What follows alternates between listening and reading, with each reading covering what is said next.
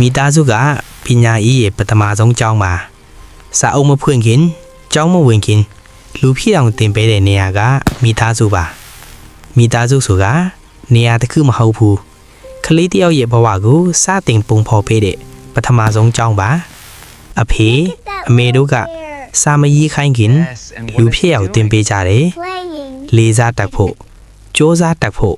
မလွတ်မဖြစ်တတ်ဖို့ကလေးတယောက်ရဲ့ပထမဆုံးဆရာက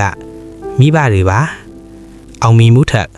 လူကောင်းဖြစ်ဖို့ကိုအရင်ဆုံးသင်ပေးကြတယ်စာအုပ်တွေကဉာဏ်ပညာပေးတယ်မိသားစုကတော့အသက်ရှင်ပုံကိုသင်ပေးတယ်အခက်အခဲတွေကြမှာမရက်တန့်ပဲရှောင်နေအောင်သမီးလေးရေသမီးအတွက်အဖေရဲ့ဆူတောင်းကအမတ်ကောင်းတာမဟုတ်ဘူးစိတ်ကောင်းတဲ့လူဖြစ်ဖို့ပါမိသားစုကပညာရေးရဲ့ပထမဆုံးကျောင်းပါ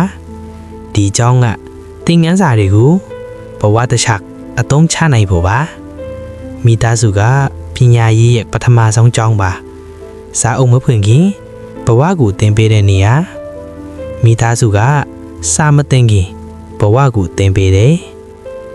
ဒီဗီဒီယိုကိုကြည့်ရှုပေးတဲ့မိသားစုအားလုံးကိုလေးစားစွာကျေးဇူးတင်ပါတယ်အချစ်နဲ့ဖြစ်ညာမိသားစုတိုင်းမှာအမြဲရှိပါစေ